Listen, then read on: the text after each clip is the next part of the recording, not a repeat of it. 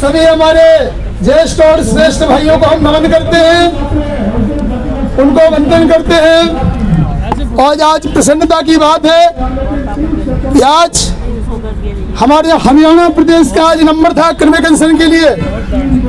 क्रमिक अनशन का आज तीसरा दिन है। सभी प्रदेशों से प्रांतवार सभी भाई बहन इस ठंड के दिनों में, कल तो आपने देखा होगा मौसम कितना खराब था, लेकिन हमारे वीर भाई सभी परिस्थिति को झेलते हुए यहाँ पधारे। उनकी संवेदनाएं, उनकी भावनाएं, उनकी व्यथा को कल आप सबने देखा, मीडिया ने देखा। आज प्रसन्नता की बात है, चूंकि हरियाणा का दिन है, इसलिए हरियाणा स्टेट के जो हमारे HMS के प्रेसिडेंट ही आए हुए हैं। हिंद मजदूर सभा के प्रति हम कृतज्ञता व्यक्त करते हैं कि उनके जो माननीय अध्यक्ष जनरल सेक्रेटरी हैं हरभजन सिंह सिद्धू जी, उन्होंने हर बार हमारा समर्थन किया है, कमांडर साहब का समर्थन किया है, उन्होंने पत्र भी दिए हैं, उनके प्रति हम कृतज्ञता व्यक्त करते हैं। मैंने ये कहा था कि जब हमने पहली 2 सालों में 4 हड़तालें करी साथियों, तो उनमें हमारी डिमांड थी 15,000 मिनिमम पेंशन की। अब इन्होंने सलाह तो दी है कि भाई हम सब एक हो जाएं। मैं इनसे भी आगे की बात करता हूं कि जिस दिन इस देश में जितने भी केंद्रीय मजदूर संगठन हैं अपने झंडे डंडे की लड़ाई छोड़कर और मजदूरों का केवल एक संगठन हो जिसमें लोकतंत्र हो, बैलेट से चुनाव हो और वो नेतृत्व चुना जाए, झंडे डंडे की लड़ाई छोड़ दें।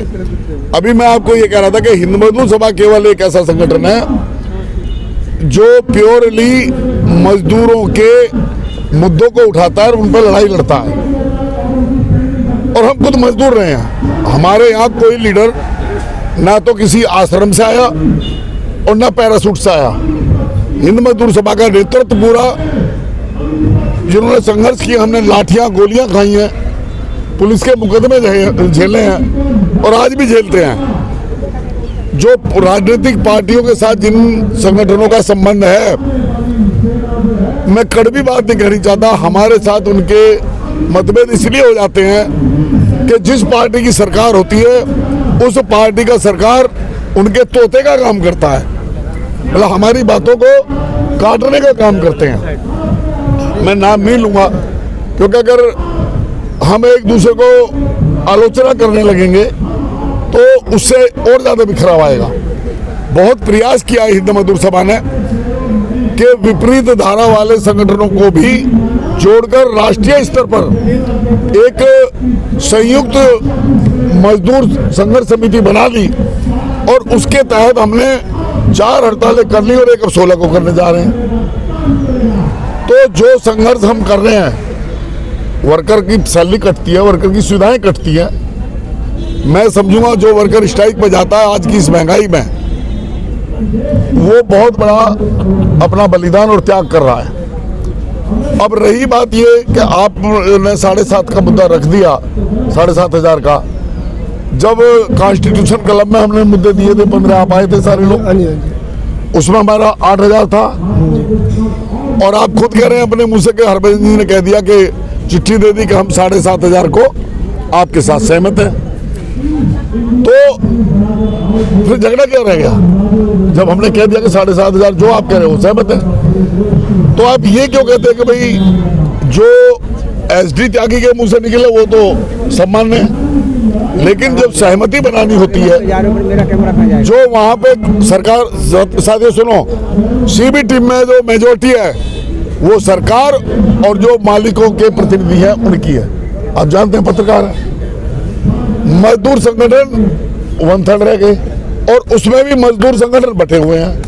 भारतीय जनता BMS का आप खुद बता रहे हैं वो क्या रोल करते हैं अंदर, वो बोलने से रोकते हैं दूसरे संगठनों को। इंटक को जो कांग्रेस की तो उन्होंने बाहर कर दिया ज्वाइंट कमेटियों से। अब रह गए वो कम्युनिस्ट और दूसरे। मतलब ये इतना आसान काम नहीं है साथियों के, कह दिया ये हो गया। एकता को बनाना, अलग अलग विचारधारा वाले लोगों को जोड़ना ऐसा है जैसे किसी कोई आपको कह दे कि मेंढकों को एक तराजू में तोल दो, वो उठ क्या कर रहे हैं? वो चलिए आप बोलिए, वो चलिए। तो मैं आपको ये कहना चाहता हूं कि इसका पेंशन का मैं इसलिए नहीं आया कि हम कोई श्रेय लेना चाहते हैं कि जी हमने करवाई है। मैंने तो आपको यहाँ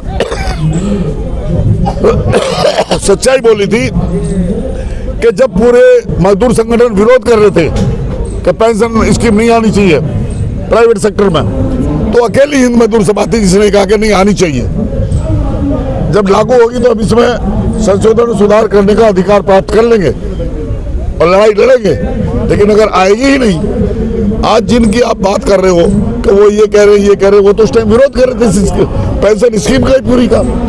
और आप ईपीएफ की पेंशन को छोड़ो, क्या सरकार ने सरकारी कर्मचारियों की पेंशन पर प्रहार नहीं किया? एनपीसी क्या है, क्या फौजियों की पेंशन पर प्रहार नहीं किया? क्या अग्निवीरों की पेंशन पर प्रहार नहीं किया? हम सरकार की कर्मचारी विरोधी नीतियों के खिलाफ संघर्ष कर रहे हैं, सभी के। हम इसलिए संघर्ष नहीं करें कि मैं मजदूर हूं, सिर्फ मेरी 7,500 पेंशन बढ़ जाए तो हमारी समस्याएं हल नहीं होंगी। आज जहां जहां शोषण है जिन वर्गों का, हम सबको उनको इकट्ठे होकर और अपनी एक ताकत के साथ धमकी नहीं देनी चाहिए और धमकी के साथ साथ करके भी दिखाना चाहिए।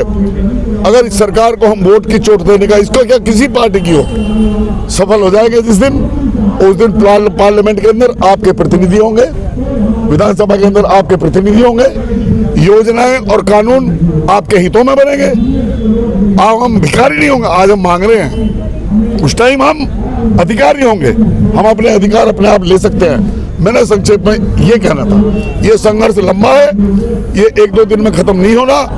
ये शोषण जो हम लोगों का होता है, कमेरे लोगों का, चाहे वो किसान है, बहुमत मतदाता किसान और मजदूर है, लेकिन हम अनेक ऐसी बातों में बह जाते हैं, संप्रदायवाद, क्षेत्रवाद, जातिवाद, इस राजनीति का जो प्रदूषित कर दिया राजनीति को हमारे देश के राजनेताओं ने,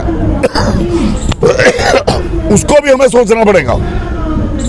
हम किसी पार्टी के पीछे लगू नहीं, लेकिन ऐसी बात नहीं है कि हिंद मजदूर सभा की कोई राजनीतिक विचारधारा नहीं है।